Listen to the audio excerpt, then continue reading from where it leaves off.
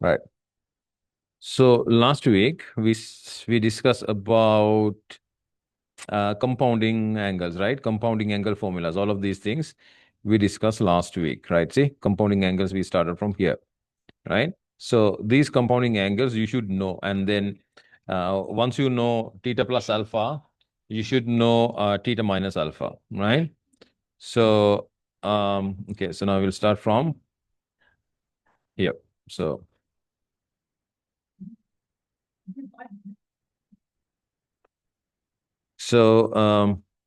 suppose you have sine theta plus alpha, and I'm going to quickly write sine theta cos alpha plus cos theta sine alpha, then sine theta minus alpha.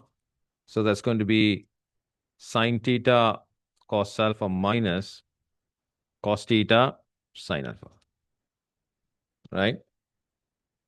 So now what I'm going to do, this we know from last week. What I'm going to do, I'm going to add this together. So when I add these together, you can see, uh, these two terms are gone. Which term? This term and this term will be gone.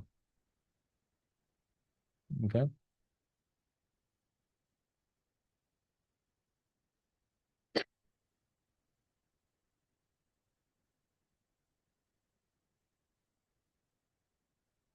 Okay. So those two will be gone.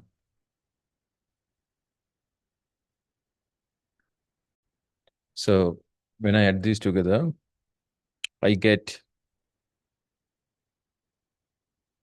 theta plus alpha, theta minus alpha is equal to 2 sine theta cos alpha. 2 sine theta cos alpha. Right? So this. Now, uh, right.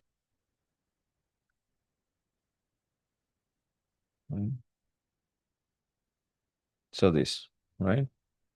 So example, you have uh, sine phi theta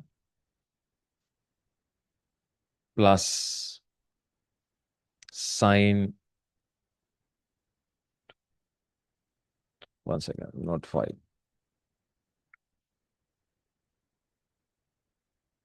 6 theta and sine 2 theta. So you have something like this to simplify, for example.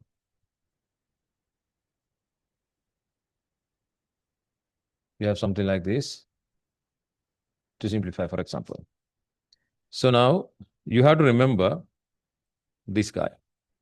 See, sine addition, sine addition, you can see in here only, sine addition, right? But this one is not sine addition.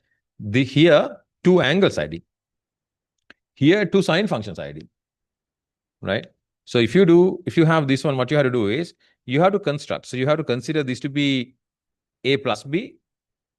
You consider this to be a minus b, right? And then you are going to say sine a plus b plus sine a minus b is equal to 2 sine a cos b. So you write that way. So now from here you have a plus b to be 6 theta and a minus b to be 2 theta. So from here you calculate a. A is going to be, you add these together, it's going to be a 4 theta. And your b is going to be 2 theta, right? So now you find that. So now what you do, you write this one as sine 2 sine a. A is going to be 4 theta, right? And then cos b is going to be 2 theta, right? So you write that way. So this is a very, very important example. So what we did was, we never remember anything. So we have this, and from there we deduce this equation by adding these two, and then we got We add these together, and that is here. So these two gone. This set appears over here. So this formulation, how do you use in math is what we have discussed. Then how do you understand structure? Structure. Always look at the structure. So this structure is very similar to this structure, and this is how you do it. So maybe this is the first time you are looking at this kind of example, but that's okay. So now you know. Right? Okay. So I'll give you, I'll do another one. Okay. So now what we did was we add those two together. So when we add these together, these two gone. These are going to be combined. Right? The next thing what we can do, we can minus these together. When we minus, these two will be gone. These two will be additive. Right? So that's a simple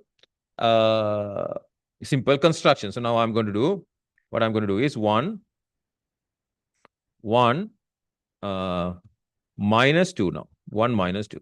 So when I do 1 minus 2, I get sine theta plus alpha minus sine theta minus alpha is equal to, when you are minusing, as I told you, those two, the first two terms are gone. This is going to be 2 cosine theta sine alpha. Make sense? Avishnair? Good.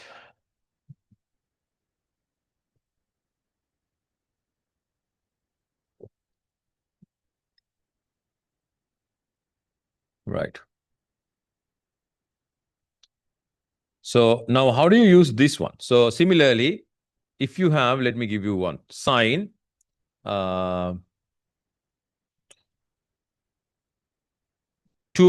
theta minus sine 4 theta. What that would be? This is the question. Simplify. This is the question. Simplify. Okay, this is the question. Now, it's all about the structure, right? So what is the structure? Structure is this. And that structure you see here, see? You have to remember these structures, right? Some people think, oh, this is there in the data book, okay, I don't have to do anything. So, I mean, that's so stupid, okay? So it's there in the data book for your confirmation. Otherwise, the structures you should know.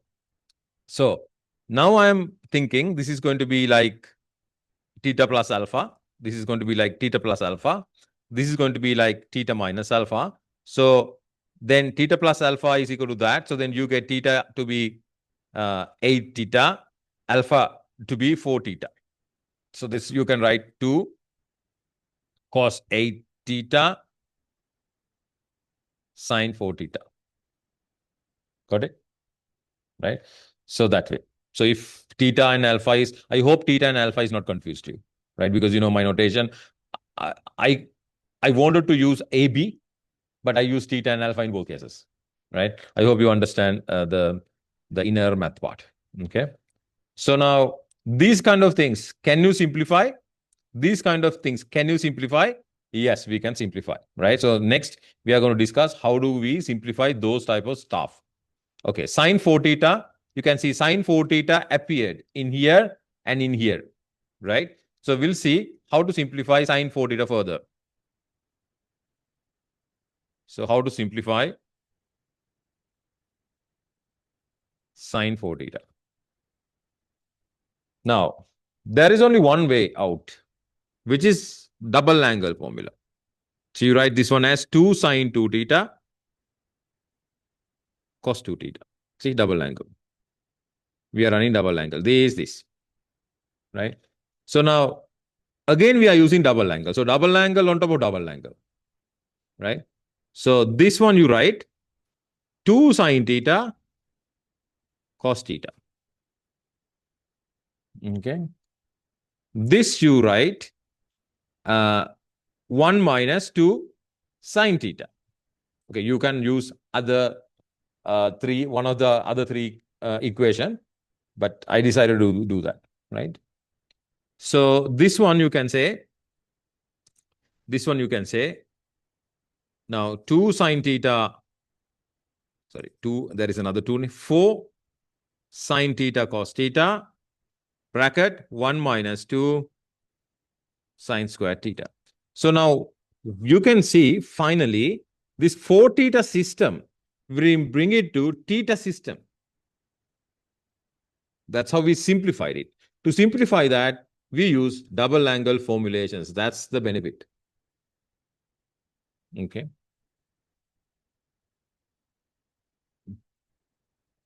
Okay. So if you have cos 4 theta, how to do that now? Simplify cos 4 theta. How do you simplify cos 4 theta? Cos 4 theta, use double angle, right? So if you use double angle, it's going to be cos squared theta, cos squared 2 theta minus sine squared 2 theta, right? I feel like I don't want to do that. Why? Because I'm thinking now. If you do that, cos and sine both are involving, right? Which is a headache. It's good to have the function in terms of one function only, the expression in terms of one function only. Because of that, I'm going to decide that I'm going to write this one as 1 minus 2 sine squared what? 2 theta. See? Now the cos hassle is gone, right? Now sine squared 2 theta. So we know that 1 minus 2 sine 2 theta is 2 sine theta cos theta, the whole thing squared. So what I did, the sine 2 theta I wrote in this way, right? Now what I'm going to do, I'm going to just do the kindergarten math. So it's going to be 4, 8. Sine squared theta, you get cos squared theta.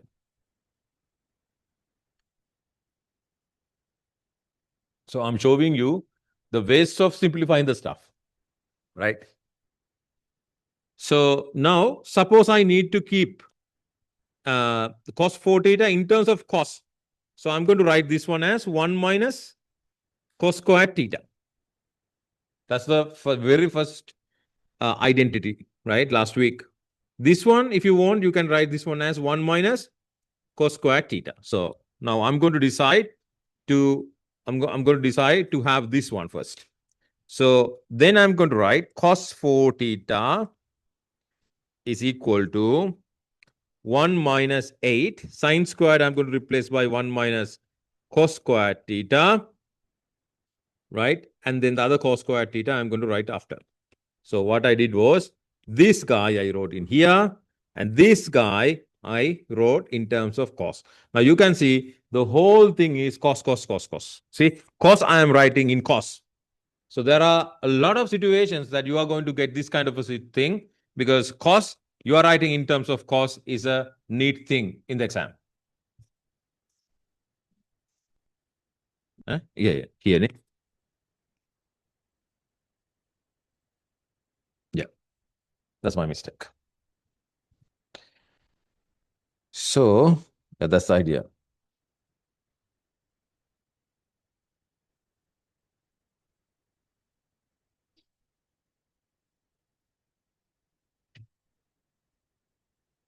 Right. So this is equal to what is that now? 1 minus 8 cos square theta, 1 minus cos square theta. So I will leave it in this way. Okay.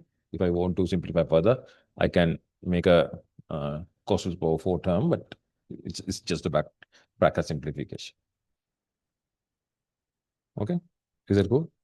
Yeah. So that's how you write cos 4 theta. So similarly, sin 4 theta, cos 4 theta, we wrote in this way. So similarly, sin 8 theta. So, okay, I'll give you that for homework. Okay. So this is the homework for everybody. And I will check this one in the regular class. So simplify sin 8 theta in terms of theta and cos 8 theta in terms of theta.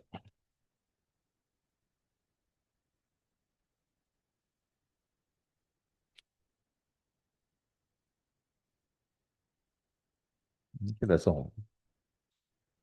Okay, good name. Right. So this part we discussed now. Okay. Last part. We know that cos Second. Hello. Okay. So cos theta plus alpha is equal to cos theta plus alpha is equal to cos theta cos alpha minus sin theta sin alpha. This is my equation number 1. This we know from last week. Then cos theta minus alpha, this is cos theta cos alpha plus sin theta sin alpha. So this is going to be the second one. This is going to be the second one. Right? Now you have to remember this cos is a dangerous guy. When you have plus here, it's minus, minus, plus. So you can't be confused. If you flip the operator, plus to minus, so if you mistakenly put plus here, doomed. Everything is correct because of this. The rest of the stuff are gone, gone, gone, gone. Life gone. But this is like that, eh? Yeah. Hardly people understand. Okay. Now what you do? First of all, now very similar thing we'll do, 1 plus 2. Same thing, see? 1 plus 2. When I do that, cos theta plus alpha, cos theta minus alpha, this is going to be 2 cos theta cos alpha.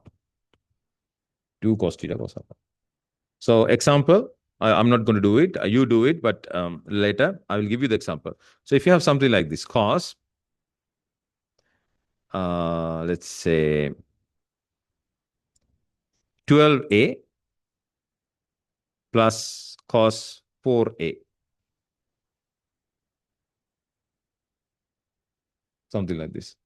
How do you simplify this? So now when you see this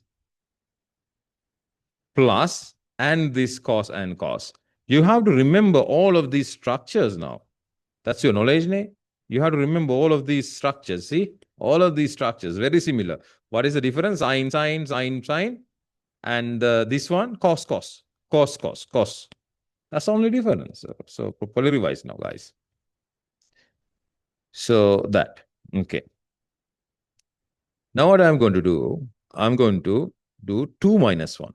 Now I decide to go with 2 minus 1 to avoid that minusing part, minus thing, right?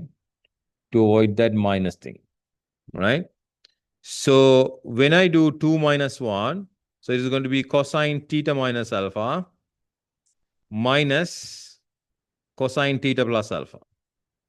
Now you have to understand why I'm minusing this, this minus this. Reason? Because of this plus minus, right? So you have to understand. So when I'm minusing this way, right? So when I do that, right hand side I get 2 sine theta sine alpha.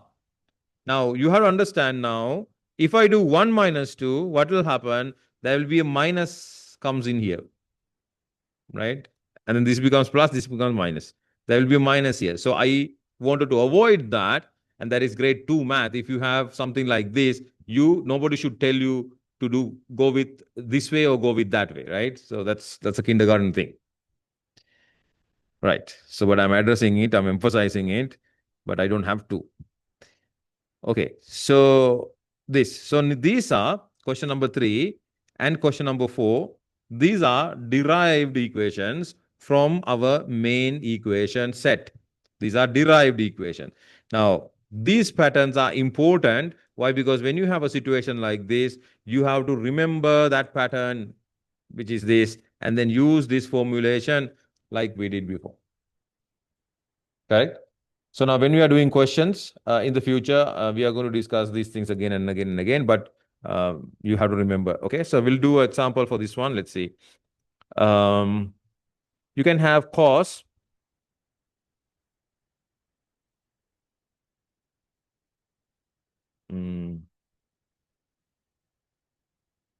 cos 2 theta minus cos 4 theta. So how do you simplify that? Okay, so I will leave that for homework. Okay.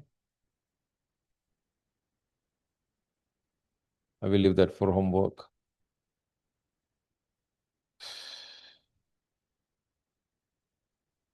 We'll leave that for homework. Okay. Now, I believe I discussed trigonometry identity part more than what you are expected. This is way more than enough to tackle your VCE. I did everything, covered everything.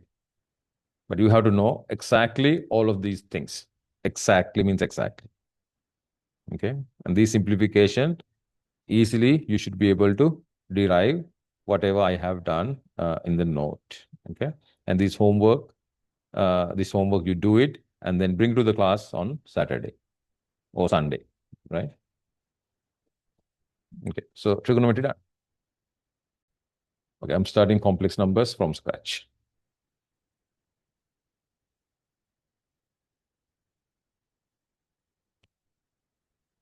So first of all, we have to understand what is a complex number, why it is complex. Complex. Why complex? Why complex? Because there is a complicated term.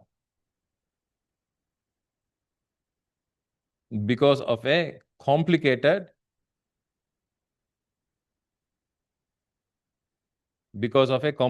term. That complicated term is I. That complicated term is I. Okay. This I is nothing but -1 square root. Right. So complex numbers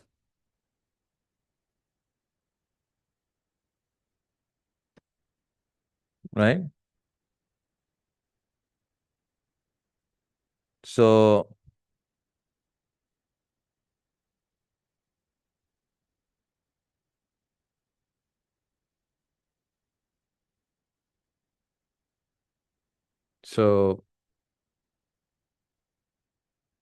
complex number is defined by Z. Then you have a real part plus imaginary part. So when you have real part and imaginary part, this whole set is called a complex number.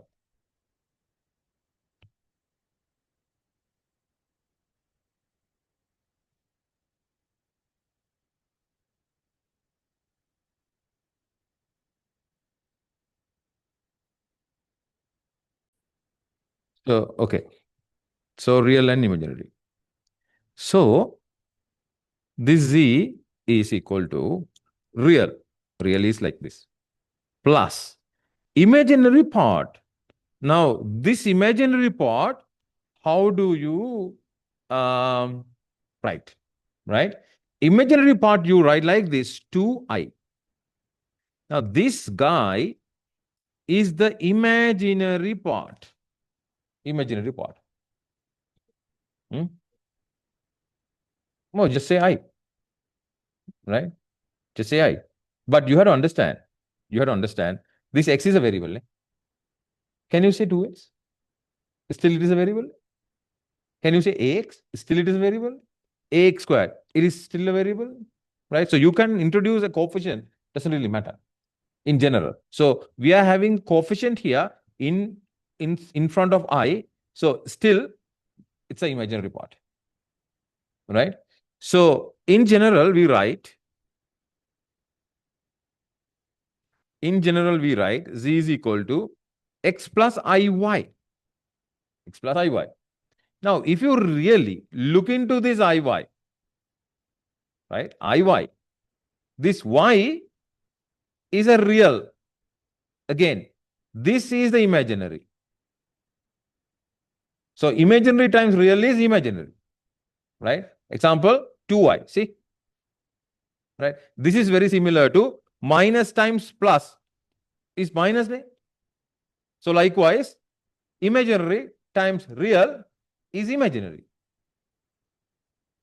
Very similar, right? Okay, so now complex number is this. Complex number is this. Now, examples. Z is equal to 3. Z is equal to 3i.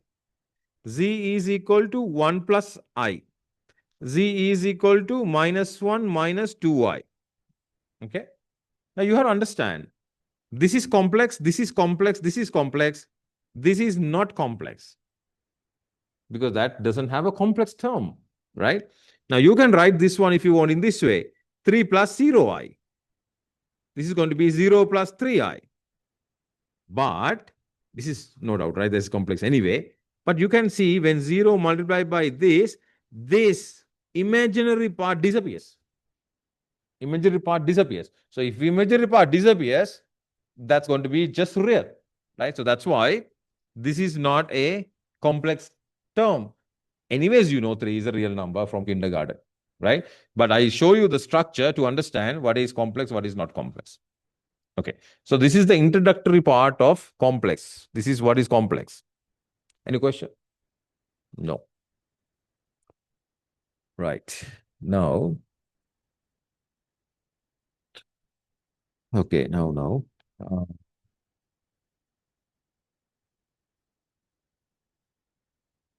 I need to now tell.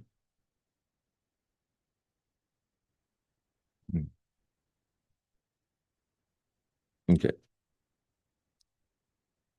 So, real numbers in 2D plane.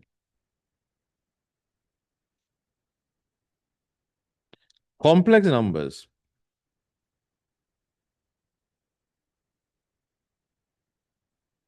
in 2D plane. Real numbers in 2D plane, complex numbers in 2D plane. Okay, so real numbers in 2D plane will go to kindergarten. So it's going to be XY. We call it Cartesian plane. Complex numbers in 2D plane, obviously it is not Cartesian, right? Obviously it is not Cartesian. So, but it should be a 2D plane like this. Obviously it cannot be Cartesian. So we call it Argand diagram. We call it Argand diagram. This one is called Cartesian diagram. So in the Argand diagram, x-axis is real axis. This is imaginary axis. We call it IM.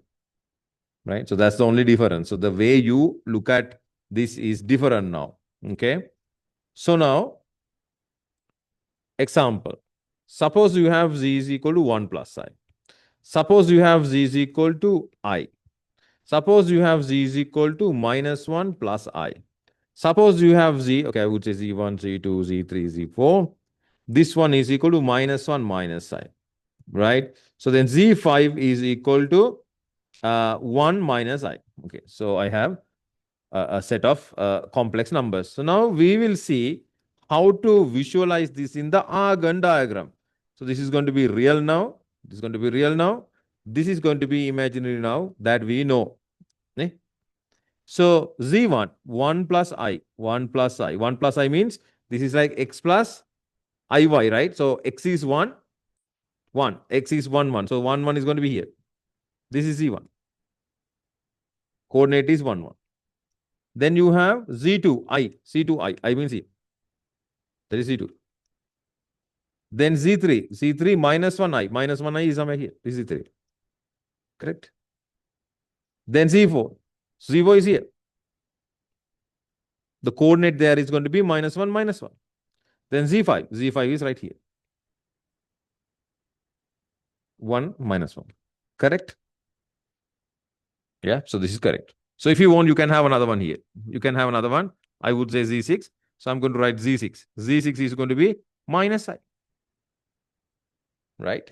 So when you have something like this, you consider that to be x plus iy, and then x and y you are going to find from the given statement. So it's going to be 1 and 1. So that 1 and 1 you find in this diagram, right? In this diagram. So 1 and 1 is here. This is 1, this is 1. Okay, so that coordinate you are going to find inside the Argand diagram. Is that clear? Okay. Now, okay, now I'm going to show you a nice structure here. Suppose this is a mirror. This x-axis or the real axis is the mirror. So consider this is a mirror, right? If it is a mirror, you can see these are mirror images. You can see these are mirror images. And you can see these are mirror images. Similarly, you can see these are mirror images, right? So if you see this mirror image, but it should be about real axis, okay? It cannot be about y-axis. It should be about x-axis. So if you see this type of a mirror image thing, we call these things Z1 and Z5 are conjugate, we call it complex, conjugate pairs. This is nice revision, eh? It is Z1, Z4, complex conjugate pairs. So now, if you go further,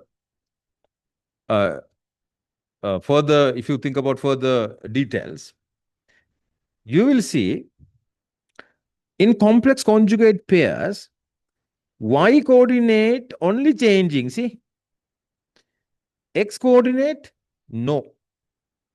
That is obviously because this mirror is about x-axis. It's a kindergarten thing I'm telling again and again and again, right?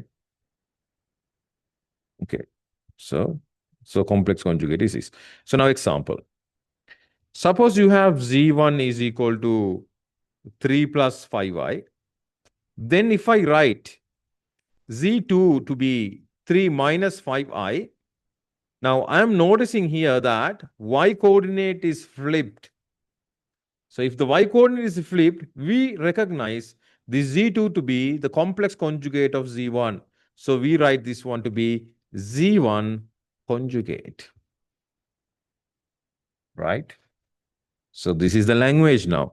So if you have z is equal to x plus iy, so if you have z is equal to x plus iy, conjugate of this guy is nothing but x minus iy.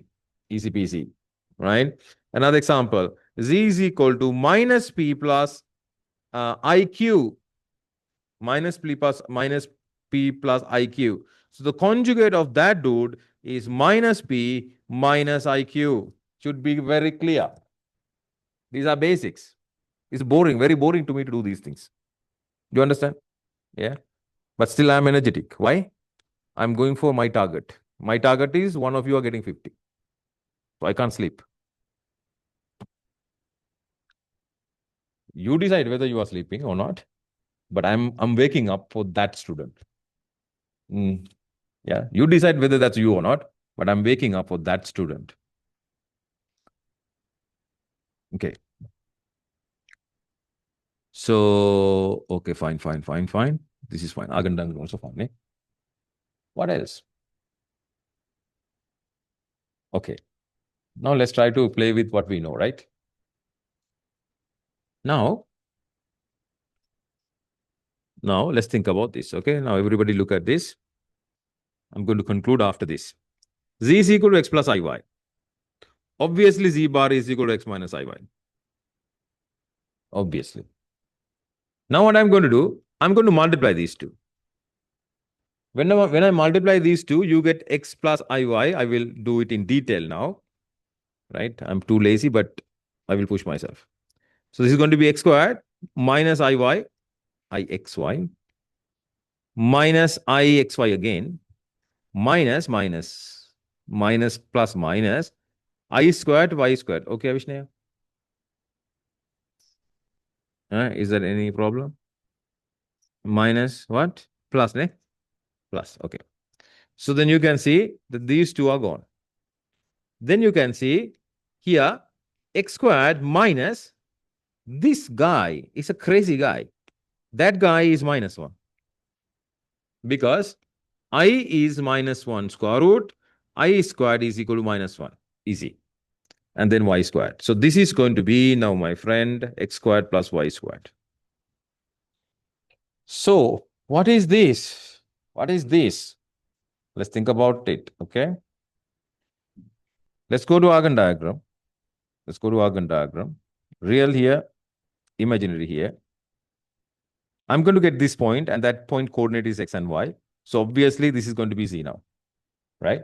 So that z is defined to you as x plus iy, and the coordinate of that z is a point, an arbitrary point, and which I'm taking as xy at that point. Now we understand that is z. Z is this dot. Z is this dot. Now I can see the distance from the origin. Distance from the origin.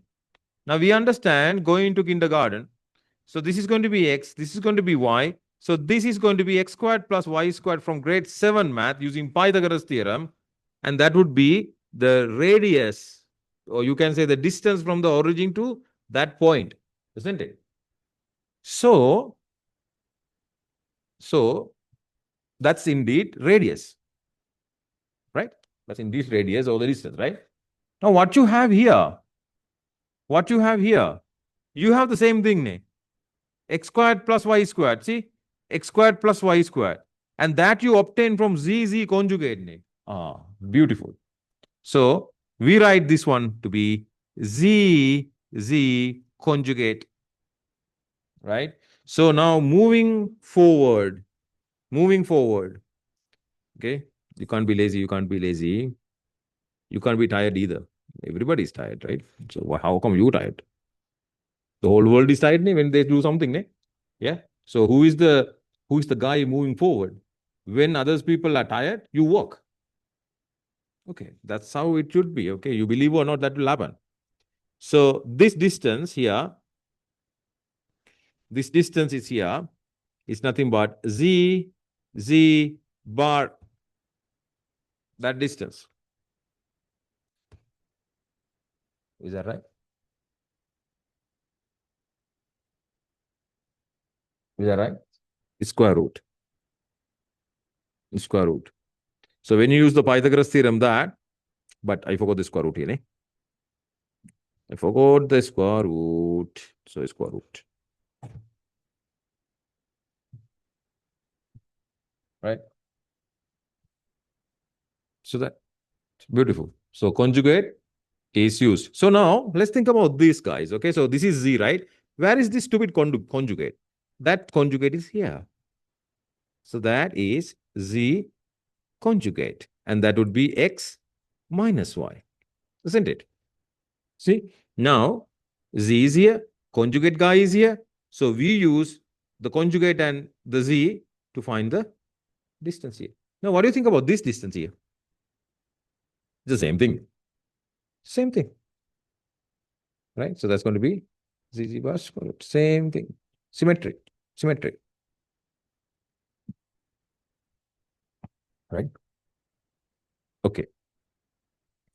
Now I'm going to tell you about the language. Language. Language is this. So that d is z bar square root. That's fine. The whole world knows that. We are going to give a name in complex. That name is z mod. That's the language. Z mod is nothing but this d or this. Right? So now moving forward, we don't say this is d. We say this is z mod. Right? This is language. Right? Otherwise, stupid. Right? Right. So this x plus iy business, I think I discussed with you. X plus iy business we discussed with you. Okay. Now, I'll give you an example before I move to the next part. This type of example. So now suppose you have 2 minus 3i. So 2 minus 3i. So this 2 minus 3i is not in the complex format. What is the complex format? Complex format is x plus iy. But I is there in the denominator here, right? So to convert that into our complex format, what you do, again, you go to kindergarten, you multiply top bottom by the conjugate like this. Conjugate. Now you have to understand with your experience, if you are conscious, this dude is nothing but this. I wrote that in a different way, isn't it? Yeah, you have to agree if you're awake, right? If not, ask. So now that I'm going to write 2 plus 3i divide by, so I'm going to directly multiply these two. It's going to be 2 squared plus 3 squared. 2 squared plus 3 squared, which I referred to as mod squared, isn't it? Now I'm going to write this one as 2 plus 3i divide by, how much is that? Huh? 13. 13.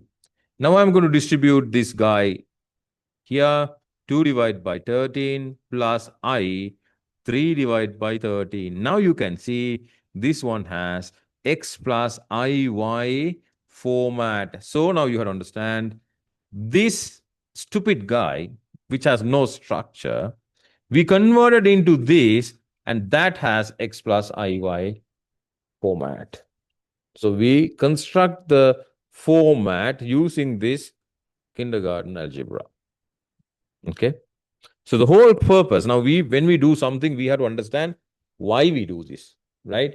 So why we do this into here, the whole purpose is this I is in the denominator, complex number is x plus iyz, and that is in the numerator. So we hate having denominator values. So we need to bring that into numerator. So we did that, and then we got this here.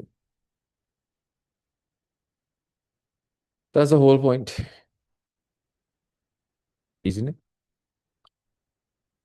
Right. So I gave the introductory part, right? I gave the introductory part. You know what is complex and all these business, you know.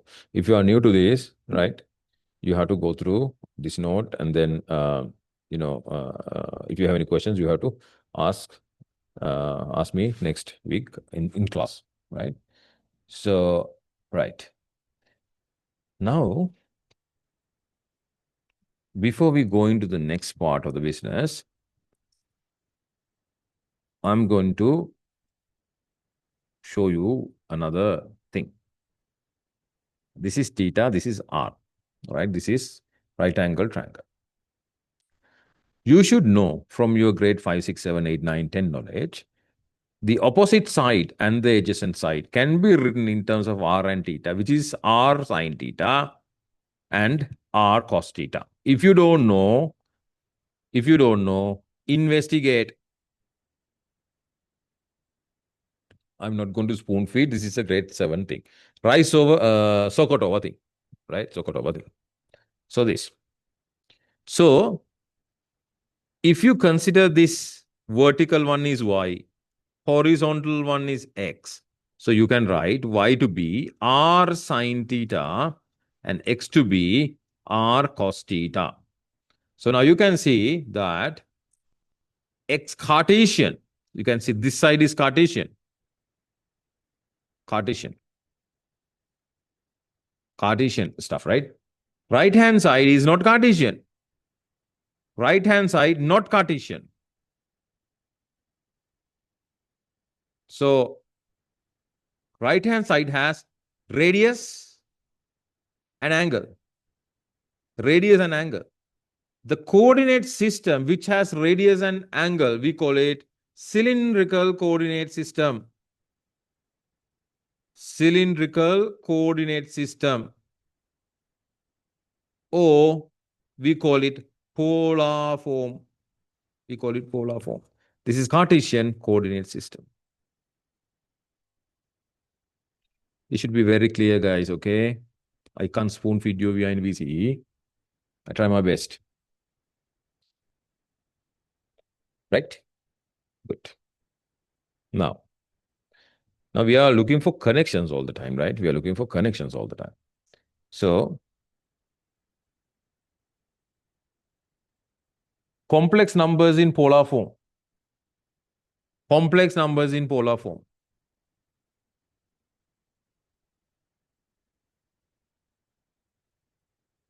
Complex numbers in polar form. Okay, let's think about it. Let's think about it.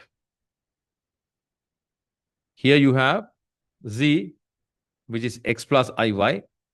So you know this coordinate is x comma y then. Okay. Now, we understand. If we can find r here,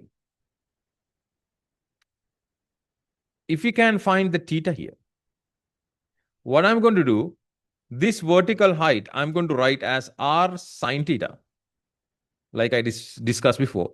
This horizontal is r cos theta. So what I'm going to do now, z, if you are new, listen to this carefully. Z is x plus iy. I'm going to replace x by r cos theta plus y by r sine theta.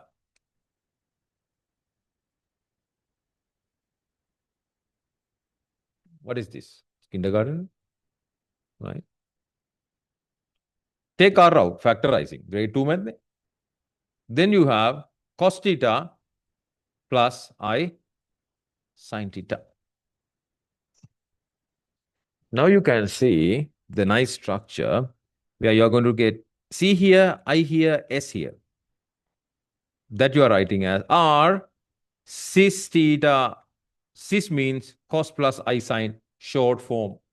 So writing Z is equal to X plus IY in terms of R cis theta is called polar form. So this guy is in the Cartesian form. This guy is in the polar form. Doesn't really matter what form you are representing this. This is Cartesian. This guy is polar. So it doesn't matter what form you are writing this, but you are talking about Z. It's like we all are. Most of us are Indian. Actually, all of us are Indian subcontinental, right? We call mother, right? In our language, we say amma, right? Right? Some people say ma. What is the difference? We are talking about the same guy, right? So similarly, Cartesian format and the polar format is the same. We are talking about the same guy, but for mathematical convenience, we choose polar form. That will be discussed next week. Mathematical convenience. For mathematical convenience, we are going to use polar form in the future. So now you have to understand that. Okay. So I'm going to stop from here by giving some time for new students to go through this and looking at the note and stuff, right?